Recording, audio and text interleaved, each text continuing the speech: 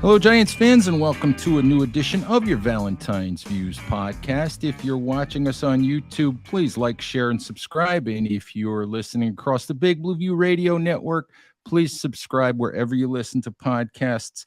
Today, I'm joined by Senior Bowl Executive Director Jim Nagy as we get closer and closer to the NFL draft. Jim, thank you very, very much for a few minutes today. Yeah, good to be back on with you. Yeah, we talked, I think, right after the Senior Bowl. I think you and I talked a little bit. So it'll be interesting to see, as we're so close now, it'll be interesting to see how sort of perspectives and thinking have changed across the league. So so one of the things that I wanted to ask you about, you get a chance to talk to teams and executives and decision makers across the league. We hear buzz about certain things and without going into too much detail, I kind of wanted to ask you about some of the stuff that we've been reading.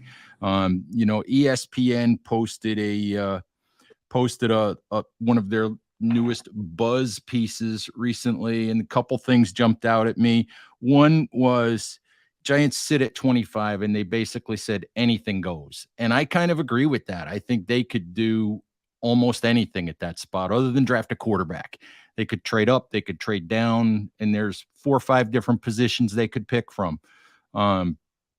You agree with that? You like that spot for the Giants? You think it's an odd spot for the Giants? I'm just curious.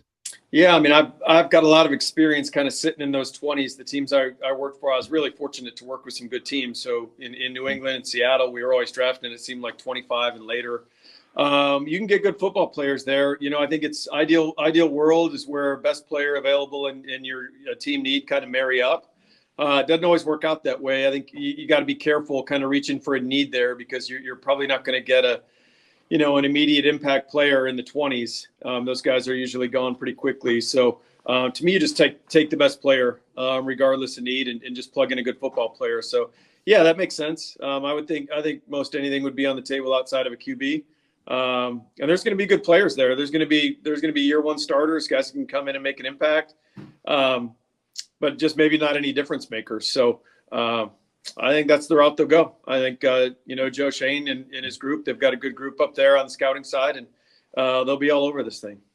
The positions that we hear most for the Giants, I think at 25 would be wide receiver, would be cornerback. I saw Albert Breer the other day bring up the idea of pass rusher. And I know that mock drafts talk a lot about center. Although we say anything goes, would you think that that's a pretty good group of where that pick might come from? Yeah, I would go somewhere other than wideout. If I were the Giants, I just don't think there's value there at that position. I think the value is going to be later on day 2 and really early into day 3. I don't think this is a great wide receiver class up top. I think in a lot of these mocks, you're seeing some guys being pushed into the late first round. I don't think the value's there. I think they're better off. I mean, they could address the center position. I kind of think John Michael Schmitz would be a great pick for them, the center out of Minnesota. He's a guy that you plug in, you got a 2-contract starter. I think he's going to be one of the better centers in the league. So I think, if you're drafting in the 20s, that's a really good pick. There's going to be some corners in play there that are good players. You got to look at the positions where there's some lack of depth later on in the draft and always address pass rush. Those guys tend to go off the board pretty quickly as well. So if you're staring at a Will McDonald from Iowa State or something like that, I mean, I don't think he'll make it to the 20s, but if you think you've got a guy to add your pass rush somewhere in the 20s, that's a good spot to get him. Let's talk about pass rush for a minute. The Giants used the 5th overall pick, last year on Kayvon Thibodeau. They used, I think, the 50th pick 2 years ago on Azeez Ojulari. Can you use the 25th pick on an edge guy, or would it have to be a defensive lineman, a Brian Bresee type defensive lineman who can impact the pass rush? I mean, is there such a thing as pouring too many resources into a position like the edge? Not when you're talking about guys that can affect the quarterback, and I think Giants fans should know that better than any fan base. I mean, I was on the flip side. I was working in New England when you guys had OC and Stray and all those guys getting after Tom Brady in that Super Bowl. We couldn't block y'all, so I don't think you can. I think if you can find guys that can put heat on the quarterback, regardless if it's on the edge or on the interior. I mean, ideally, an interior that's where it's at. I mean, trying to find guys that can get quick pressure up the middle. I mean, you've got Dexter Lawrence creating havoc, and guys can kind of feed off him and play off him. But yeah, to me, it doesn't matter. If you got guys that can roll in and out of there and keep consistent hit on the quarterback, you got to go get them. No, I think the answer to that is no. I think you can load up there. Yeah, pass rushers you might like at that spot. You said McDonald's not going to be there most likely. I don't think he will. He's different than, he's a little different than the two guys you have, Aziz and Thibodeau. I think he's a little more athletic than those two guys, a little more bendy than those two guys, but I think he'll be gone. I'm just talking to teams in the league. He's really heated up through the process, had a really good process. He's added weight. I think that's contributed to maybe some teams buying in a little more. I mean, he's put on at least 10 good pounds since the process started. And you're talking about a guy that had over 30 sacks at the college level, and they were really using him as like a 4-eye technique at Iowa State for the most part. He's kind of tied close to a tackle and never really let him line up wide and let him rip. And that's kind of his game. He's like I said, he can really turn the corner as well as anyone in this draft, probably the last couple of drafts. So don't think he'll get there. Off the top of my head, I mean, a guy like Derek Hall from Auburn, I think they could be staring at late in the first. I think Derek's going to go somewhere in probably that top 40 picks. He's a different rusher than Will. He's a little more power. He's got speed to power. He's got power.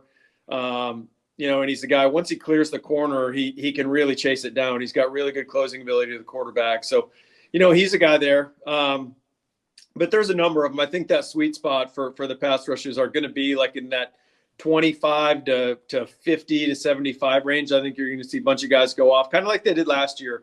You saw a lot of guys go off in that early to mid-second round range. All right, let's talk about a guy that we talked about quite a bit, after the Senior Bowl, and you mentioned him already, John Michael Schmitz, the center from Minnesota, and a lot of mock drafts think the Giants will go Schmitz, depending on how the cornerbacks, go in the draft. Do you think, does Schmitz get out of the first round? He shouldn't. A couple of years ago, I was doing this 2 years ago. I was sitting and doing a lot of these things, and I was saying the same thing about Creed Humphrey. I went on ESPN and right the week before, a couple of days before the draft, and saying there's no way Creed Humphrey should get out of the first round. And he did. He went like 60 overall to Kansas City, and now he's an all-pro. So I don't think John Michael Schmitz should. He might. Teams seem to, whatever that center position, teams seem to wait on a little bit. And there's other good options. I mean, I haven't watched too much of the Ohio State kid. I've heard he's a pretty good player. But when you talk about clean prospects in the 20s, you're looking at guys that are, sometimes the word safe carries a negative connotation. I think John Michael's one of the safer guys in this draft, and it shouldn't be a negative. It should be a positive. This is kind of hole poking season. Like you're sitting in draft meetings, you're trying to poke holes in some of these prospects, and it's hard to do that with John Michael Schmitz. He's played a ton of football. He's been durable. He's smart off the charts. He showed up in Mobile better than I thought. He was better player than I thought, better than I gave him credit for. Like watching him up close, he's got more core strength. His ability to anchor is better than I thought it was. Maybe watching his tape, he held his own against some really good defensive linemen down here in the Senior Bowl, and so he's tested. He's proven he loves football. He competes. He's checking all those boxes. Again, I'm gonna get on the Senior Bowl soapbox a little bit here, but these guys that come down here and play in the game, practice during the week and play in the game. I mean, there's no reservations about their competitive nature and how they love football. I think with some of these juniors, there is, because you just don't, and the guys that don't commit to come play in a Senior Bowl, like the guys that take every advantage to come out and show themselves, and they don't feel like they have anything to hide to these NFL teams. The more decision makers I'm talking to, the more they're buying into that too now. This is getting harder and harder as we go through NIL and portal and movement at the college level, and where there's loyalty and where there's true passion for football. It's starting to get harder and harder to really identify. And to me, John Michael's got all that stuff, and he's proven it over a long period of time. Like I said, he's been durable. And the more teams you talk about like how he's interviewed. I mean, to me, he's kind of a slam dunk pick if you're sitting there in the 20s, man. I mean, you're not going to miss. You're going to get a really good football player. Yeah, it's interesting. I talked to a former NFL scout the other day, and he said that almost every miss that he's been involved in the draft over the years came back to really, how much a player loves football and how hard he's actually willing to work at it. I'm curious if that's your experience as well, because that's actually, to me, teams seem to work at that really, really hard, but it's still not an exact science to get that right. Yeah, no, I totally agree with that. I think the mistakes of the teams my mistakes and the mistakes of the teams I worked for, I look back on it, and a lot of it is putting too much emphasis on what happens in shorts and t-shirts at the combine and pro days and all that stuff, and not going back to what they do in pads and helmets. And again, I sound biased sitting in this chair at the Senior Bowl, but I believe it, so I'm gonna say it. I just think there's, you get lost a little bit too much in some of the testing stuff. And then with the love of football, I mean, yeah, you're going to ask these guys the questions and they're going to have their canned answers, but I think there's indicators along the way of how much guys love football. I think you can't stray too far from what the people at the schools tell you. When they've been there 4 and 5 years and sometimes now 6 years, and you base off what the sources at the school tell you and just the patterns of behavior there and how much they worked and how committed they were and how much time they spent around the building. I think you always go back to that. And then things like, coming to the Senior Bowl and competing down here and things like that. That's where it really shows. I mean, every kid's going to tell you, obviously, he loves football and why he plays, but you can get snowballed that way. Like this 30 visit time right now is really dangerous. I've been a part of teams where we brought in guys on 30 visits and been completely snowballed by players and what they say on these late in the process interviews, man. So you just got to go back to what have they put out there? Like, what does their resume say? Like, forget what they're telling you. I mean, all these guys are prepped to answer these questions a certain way. But what have their actions told you about how much they love football and how much they're willing to work at it? What, from the outside, does each team look at the 30 visits differently? I'm trying to figure out, like for the Giants, for example, we hear the names of the guys that they're bringing in. Should it tell us anything? Should we really be tuned into the guys that are being brought in, or is it, just another part of the process? I think most teams use it the same. I mean, maybe they all use it for the same reasons. One, they're bringing in like guys they know they're going to spend a lot of money on early, that they just want to spend a little more time around. You're going to your ownership group and you're spending 8 figures on some of these guys, signing bonus money. So you got to be right. So that's part of it.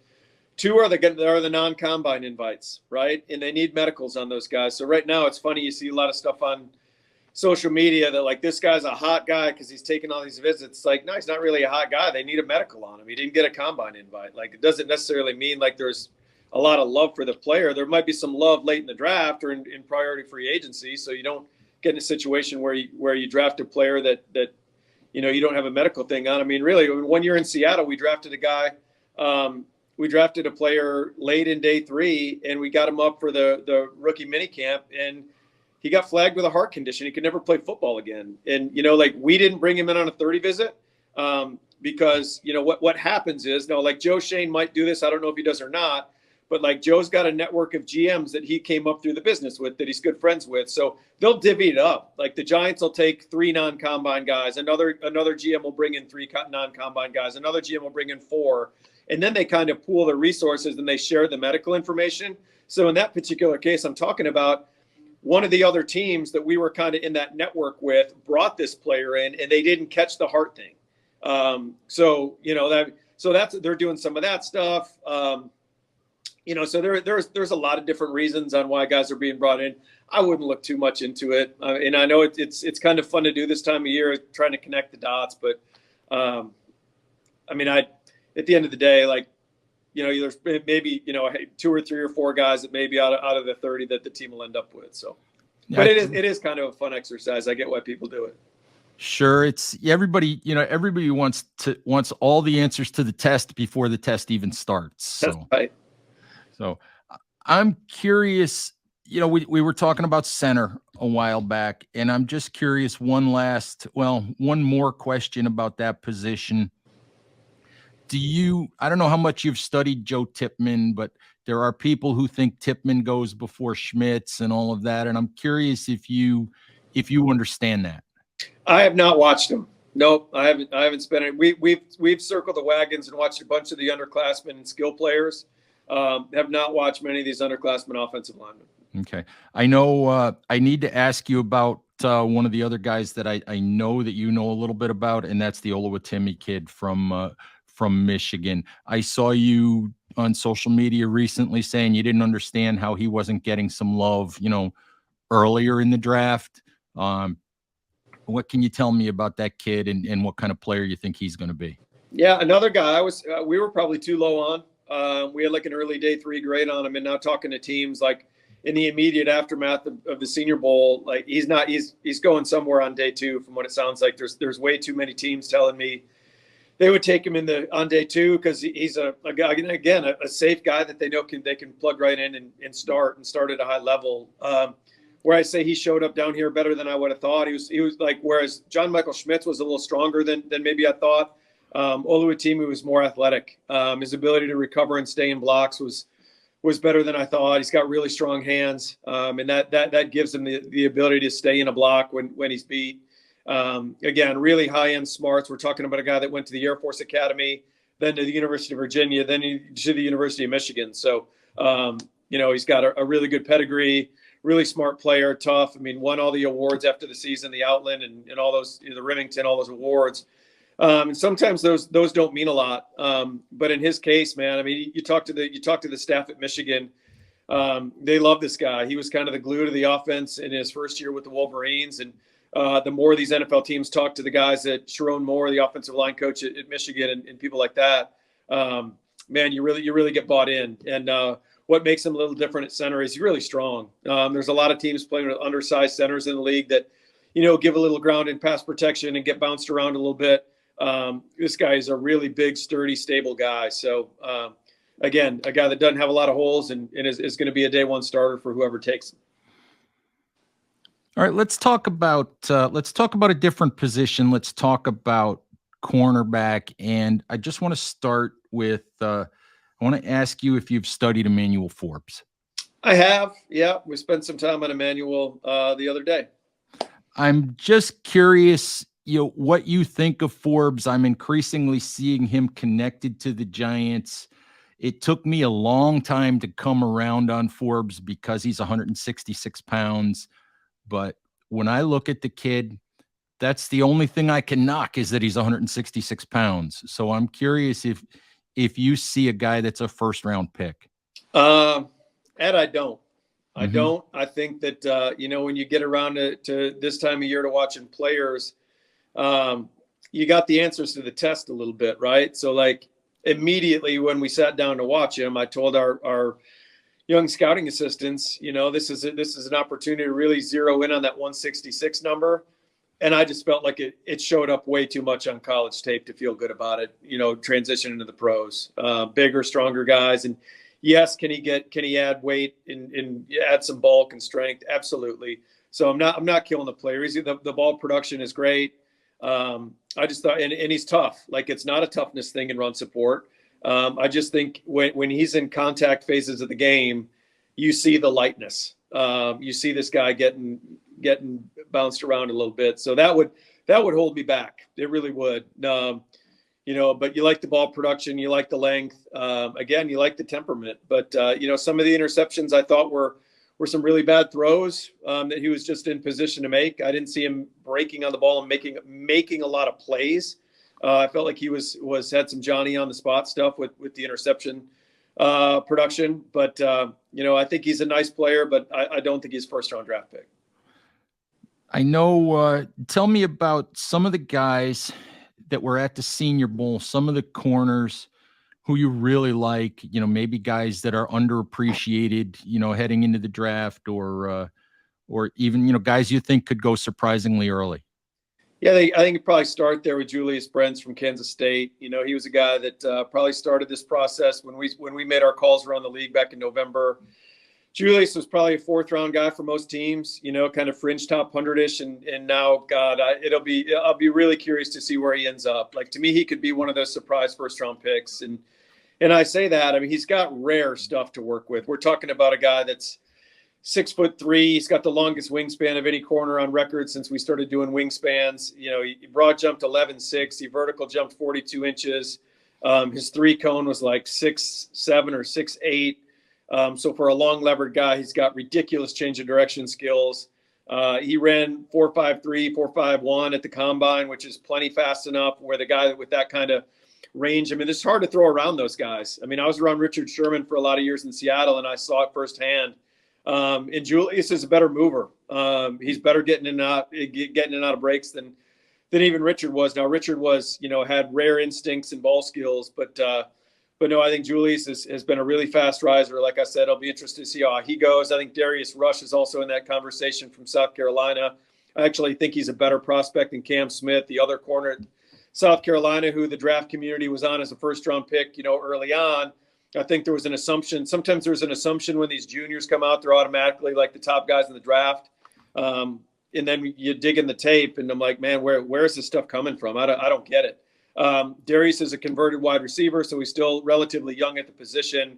Another really long guy, fast, was the fastest guy at this year's Senior Bowl with our Zebra technology, you know, tracking data stuff. And then he goes to the combine, runs 4.36. So just a ton to like. High character guy. So again, those are a couple names. Tyreek Stevenson from Miami is a guy that, talking to teams, there's a lot more love for Tyreek around the league than maybe, you know, in the draft Nick space. He's a guy that showed up better in Mobile than I thought. You know, he had some focus lapses on tape at Miami. You know, kind of focus was in and out, so he'd give up some plays. So there's some inconsistency there. I thought he came to Mobile, was really dialed in. I think that got brought to his attention, that he really needed to come down here and be dialed in for the whole week, and he was. So, you know, it's funny, you know, teams always ask me, oh, you invite all these big corners to the Senior Bowl. Is that your Seahawk background? I'm like, well, I think every team in the league is looking for big corners. Like, I don't think the Seahawks are unique in that. They're just hard to find. So, you know, those are some names. I think Riley Moss a little later on from Iowa is another guy, really fluid, fast, accomplished, experienced 6-foot corner. So it's a good class. There's some real depth to this cornerback class. It's a better class than I think a lot of people thought it was going to be when we started this process. These guys are testing better. A bunch of them showed up here in Mobile better. So you had mentioned, we talked about wide receiver, and you had mentioned the idea that the value might be better on day 2 for a team like the Giants. The Giants made some moves already at wide receiver. I mean, the Darren Waller move is not a wide receiver move, but it's a tight end move, but it's really a move for a big wide receiver one. It's a pass catcher move. Yeah, it's a pass catcher move, no doubt. And, you know, Paris Campbell and bringing back Darius Slayton. So they've done some things. I want to ask you about, you know, some of your guys that you think are real value in day 2, maybe even early day 3. I have a feeling I know a couple of the guys you're going to mention, but I'm really curious to see, you know, what guys you really kind of would pound the table for maybe on day 2. Yeah, there's a handful of guys that I think have elevated. I think Jonathan Mingo from Ole Miss is a guy that justifiably has really captured the wide receiver coaching community. Talking to those guys and being out at pro days around some of these wide receiver coaches, like Mingo's the guy that, now that they got into the process and, you know, the scouting departments have all pulled the coaches into it, I think that's a guy they like, because he's, again, we're talking about a lot of these guys right now in mock first round drafts that are little guys that are 5'8", 5'9", 175, 170 pounds. You know, John Mingo is 6'2", 220 pounds. He's 40, 50 pounds heavier. He's 4 or 5 inches taller, and he's a really bouncy athlete. Can make great catches, can make plays at all 3 levels of the field. So I think he's a guy. If we are going in like the little guy space, I would go Tank Dell from Houston.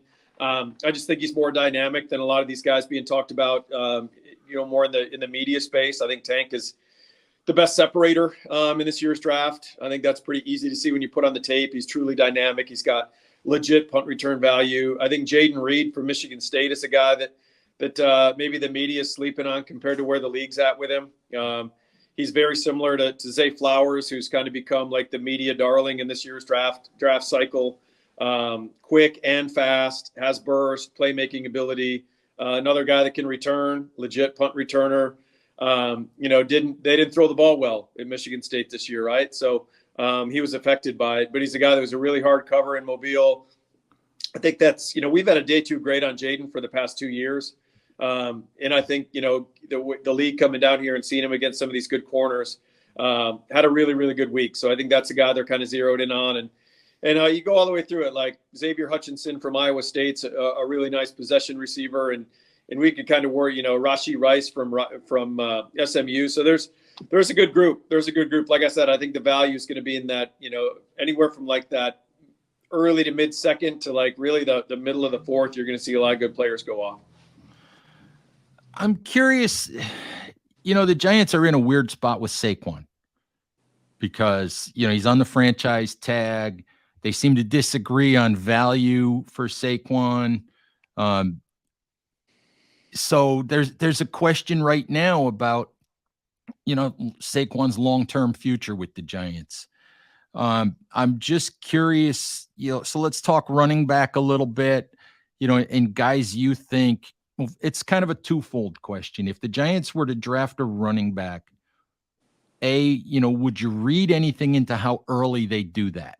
And B, who might be, some of the mid-round guys that you really like?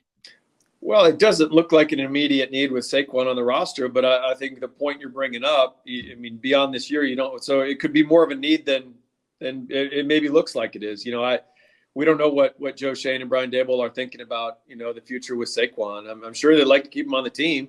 He's a dang good player. You don't get rid of good players. So, but it comes at a cost, right? And that's kind of where we're at with the running back position. You can get so many of these good players late. There's just too many examples of it. There's too many examples of day 3 running backs, becoming really good players. We had one in Seattle during my time with Chris Carson. We took Chris Carson in the 7th round, and the guy was a stud. For 3, 4, 5 years, we got incredible value out of Chris. So yeah, I think it could be more of an immediate need than people think. And this is a good class. There's some real depth to this class. I think Bijan is clearly Robinson, the running back from Texas, is clearly the top guy. We watched him in the office a couple of weeks ago, and he's in that conversation as most talented player in this year's draft. It'll be interesting to see where he goes with where the league's at with running back right now, but they're going to have a bunch of good options, and they're not going to have to address it. I don't know where all their picks lie, but they wouldn't have to address it to the, late 3rd, 4th, 5th round area, and then get a guy that can come in there and be productive. Yeah, it's going to be interesting to me how they do that, and I'm just curious. I'm really curious how the whole Saquon thing plays out for the Giants. I want to ask you about Joe Schoen a little bit. Joe's only run 1 draft for the Giants, and I get a lot of fans who say, well, outside of, his first 2 picks, Thibodeau and Evan Neal, every other pick or most of his other picks were, I don't want to use the word outliers, but they kind of went against the consensus of picks. And, Wan'Dale Robinson was picked earlier than some people thought he should have been picked. Cordale Flott is another one that went earlier than he might have been graded by a lot of people. And I'm just curious, should we read anything into that? Does that sort of consensus big board thinking not matter? I'm kind of trying to peg what we might expect from Joe here in his 2nd draft. Yeah. Again, as a former NFL guy, it's like, what are we comparing that to? Right? Like, who's consensus? Right. These teams have so much more information at their disposal than anyone on the outside does, including us, when it comes to like personal background, football character, medical information. What it says is that they trust what they see. I'll say this: Joe's going to roll up his sleeves. even in the general manager chair, that guy's going to approach his job like a scout. I mean, Joe and I got into the league at the same time. I've known him a long, long time. He's been one of the best scouts in the NFL for a long time. It's because he works at it.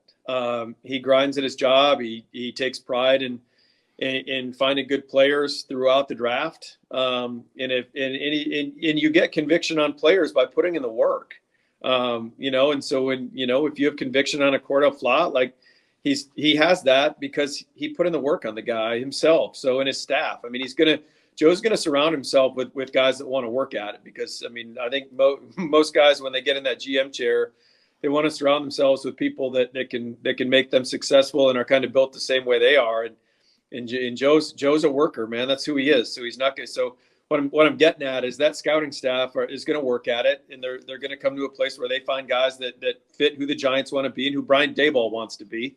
Joe's putting the team together for Brian to coach. So. And Dave's works at it too. I've been at 2 different teams with Brian. As a position coach, he was one of the best evaluators I was ever around.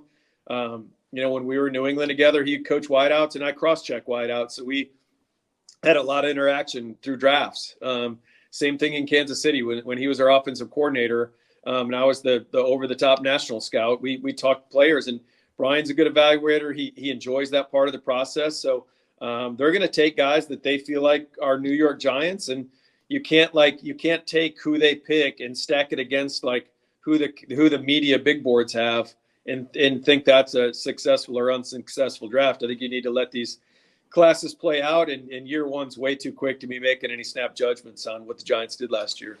No, I agree, and I think the one thing that Joe said last year when people were kind of curious about why he drafted Wan'Dale Robinson, he basically simply said, we looked at the player. We have a plan for exactly how we'd like to use him. We know how he fits with what we want to do.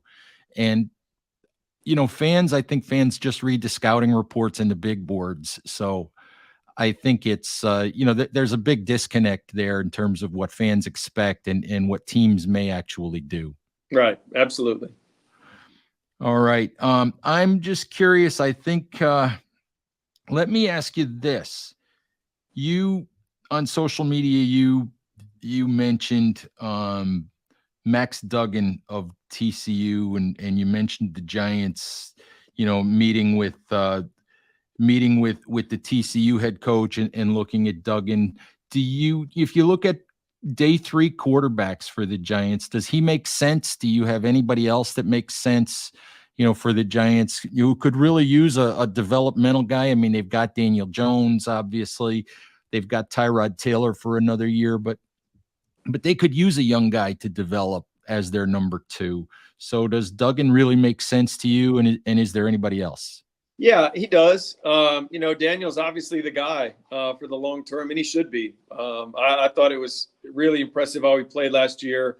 Didn't surprise me that he finally got with a head coach like Brian Daboll that got the best out of him. So you're looking for a cheaper long-term backup. Tyrod's been a good player in the league a long time, but now he's carrying a certain price tag. So you're looking to cut some costs there. You don't need a guy that's going to push Daniel Jones. You've got your starter. So yeah, I think Max makes sense. He made a really nice jump this year on tape. I think he's going to be in that 4th, 5th round area. Good athlete. I think his feel in the pocket is really good. I mean, when you break down NFL plays for a quarterback, like the muddy pocket throws, the tight window throws, I mean, some of that stuff on Max is really good. There's inconsistency in his play, but I mean, he elevated that program this year. I think we can't lose sight of that.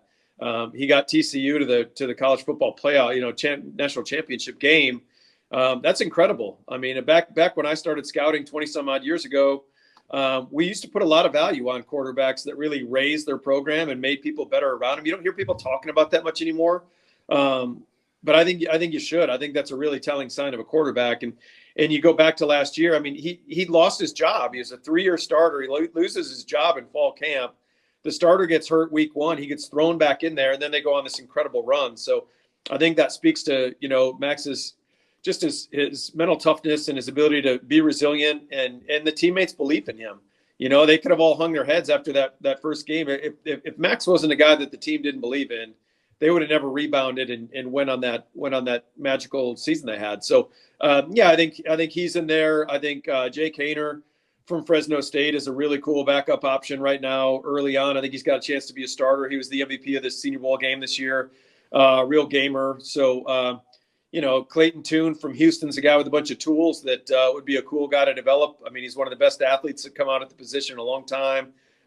Has some clutch ability. He's played 40-some career games. I think what you're looking at between like Tune, Jake Haener, Max Duggan, Jaron Hall, BYU, even DTR at UCLA. I mean, there's guys that have played a lot of football. And there's a lot of teams that feel like they missed on Brock Purdy last year, letting Brock slip all the way to the 7th round. And they're all self-scouting themselves right now and figuring out, why did we let that happen? Why didn't we take a shot on this guy? And the physical tools weren't great. But the guy could process. He played a ton of football. It wasn't too big for him in big situations. We saw that stuff kind of manifest itself on the field this year for the 49ers. So, yeah, all these guys that have played a lot at the college level, I think they're going to benefit on draft weekend. I think you're going to see a bunch of guys go that 4th, 5th round area. We've kind of skipped all around and we've talked about different positions and we've talked about Joe a little bit. Really, last thing for you, there's a few positions we haven't really talked about, probably linebacker, maybe, middle round defensive line, maybe safeties. I'm just curious if there are some guys, especially like Senior Bowl guys that regardless of position, maybe that we haven't talked about that you look at and say, a team's just going to get really good value from this guy, maybe in the 3rd round, 4th round, 5th round, they're going to get, plus value for wherever they pick this guy. Yeah. I mean, defensively, just trying to hit some of the positions you just said, like, big interior defensive lineman like Zach Pickens from South Carolina, you're not hearing a whole lot about. I think Zach's got stuff you can't coach. He's a big, long, girthy guy that's hard to move. He's got more twitch in his body than I think people give him credit for. He showed up in some of the pass rush stuff in Mobile, better than expected. So I think Zach Pickens is a guy. You look at the linebacker class, to me, a guy you're not hearing a lot about who was supposed to come to Mobile and had a groin injury late in the season and couldn't come down. It's Henry Toto from Alabama. Is probably a day 3 linebacker that a lot of teams like. I mean, he's interviewed off the charts. He's got maybe the best brain in college football on the defensive side of the ball. He's a really high-end communicator. Ran faster than people thought. I mean, we kind of thought he was going to be a 4.7 guy. He ran 4.61 at the combine, so he's a full 10 faster than what teams thought. So he can run. Really productive player. And then you go to safety. You got day 3 guys like Chris Smith from Georgia. Is a guy that Jamie Robinson from Florida State. Guys that maybe didn't test great. But you cut on the tape and they're just dang good football players. They're both going to be starters in the league. If you can get a starter in the 4th round, you always go ahead and do it, man. I mean, you're getting really good value there. So guys like that, like Jamie and Chris, I think those guys played at really high levels. They're both instinctive. They both love football. They both put themselves in a position to make a lot of plays. So I like the depth of this year's draft in a lot of positions. I think you're going to be able to get starter level players in the 4th or 5th round if you do it right. Yeah, it's interesting because everybody focuses on the 1st round, a little bit on the 2nd round, but so often the guys that wind up really making a difference and really contributing, and you've just got to hit on those 4th, 5th, 6th round picks. Sometimes you've got to, I don't want to say get lucky, but you've got to get more than you expect if you want to be a top tier team. Yeah, you got to be good there. Yeah, and it shouldn't be luck. I don't believe in too much luck when it comes to the draft. I mean, there's too much information out there to have to rely on luck to be good at it. But yeah, you got to hit. That's the meat of your roster. That's gonna make up the majority of your starters. And again, now projecting forward, like on the 2nd contract, I mean, look at what you're saving when you're getting mid-round draft picks become starters. You're not having to spend in free agency. So yeah, that's the name of the game. I mean, you got to hit some blue chip players along the way, but you got to draft well throughout the draft. It can't just be it just can't be day 1, day 2. Absolutely. Jim, thank you as always for spending some time with us. If you want to let people know, where you are on social media in case they don't know, and what you guys at the Senior Bowl have going on at this point in the year, that why don't you go ahead and do that? Yeah, I mean, I'm Senior Bowl Twitter is just at Senior Bowl, and then mine's at Jim Nagy _SB. But we got a lot going on. We got a draft party. Tajay Spears, the running back from Tulane, is going to be kind of our guest of honor. We had 4 Mobile guys at it last year. That played in the Senior Bowl. It was really fun. So Tajay's coming over from Louisiana. That's going to be a blast. We announced our Hall of Fame class today, our Rookies of the Year today.